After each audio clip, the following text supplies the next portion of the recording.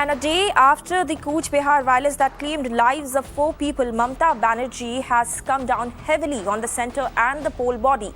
Mamata Banerjee called the Cooch Behar violence a genocide and said that the central forces are not trained to handle the mob. She also asked that why no tear gas was used and the bullets were fired directly on the chest of the victims. She alleged that the ban on the political visits in Cooch Behar is just to stop her from meeting people there. In fact, Mamata also promised to take care of the deceased skin and said that she will be in Cooch Behar on 14th of April. Tanima is live with us to give more details on this. So, Tanima, very scathing attack there, taking on both Election Commission and the BJP and making some very serious allegations and also questioning the role and the manner in which the forces actually handled the entire incident.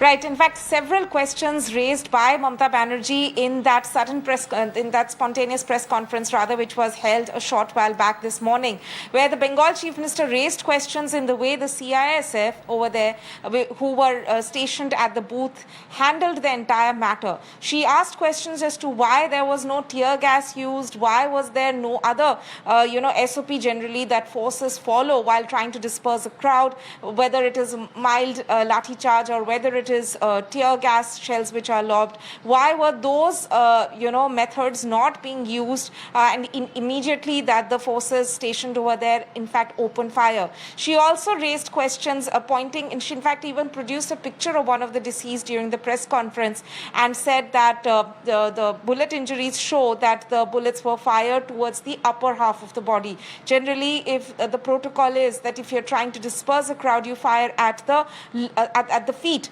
side of somebody. So she raised questions about that the bullet injuries show that the bullets had in fact gone to the upper side of the body. So that also she raised as a question. And of course, essentially lashing out at the Election Commission as well as the centre, saying that the rule of not allowing any political leader to go to that area in Cooch Behar was made in order to block her. She also said that the Election Commission is, the chief of the Election Commission is a BJP appointee and that they are working like government spokespersons.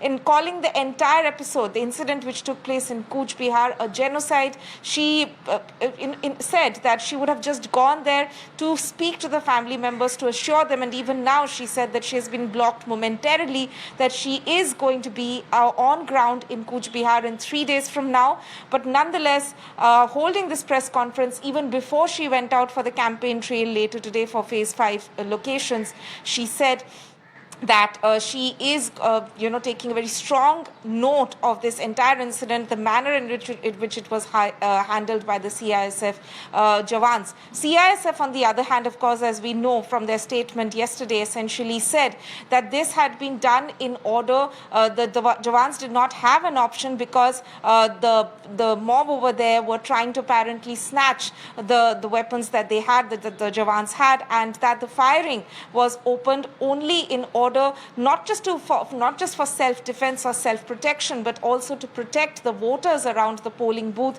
because they felt that the situation could become suddenly very dangerous.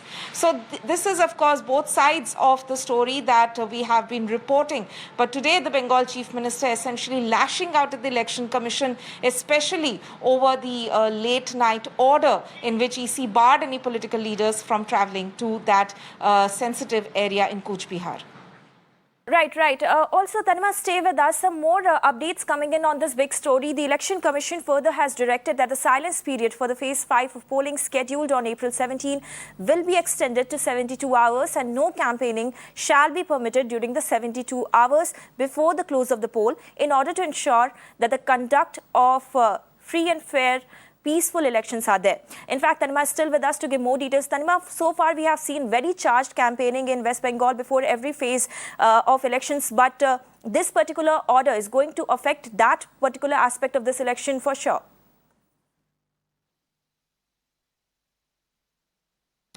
Right. As we know that the chief campaigner for Trinamool is Mamata Banerjee. She is the one who is going out to most of these key constituencies. Even today, she is in the Jalpaiguri area. Some of these areas, of course, going to polls on the 5th phase. And also there are areas like Boshirhat, Barashot, which have seen a lot of political violence in the past.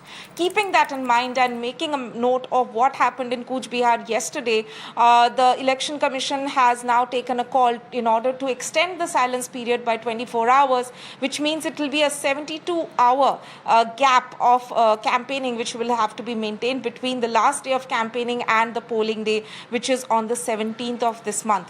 So clearly the Election Commission not taking any chances. Additional forces have also been brought in, as I mentioned, because some of these areas which are going to polls in the 5th phase are also pretty sensitive. There are chances of disturbance over there, which is why besides additional deployment, and we've seen a very charged campaign this time around, a very high octane campaign both from the Trinamool as well as the BJP side, and in order to make this is an attempt probably by the Election Commission to make sure that there's a bit of calm in those sensitive areas before the polling day, which is why a decision like this has been taken. But nonetheless, it is very unprecedented in any state election for that matter, and of course specifically in Bengal as well.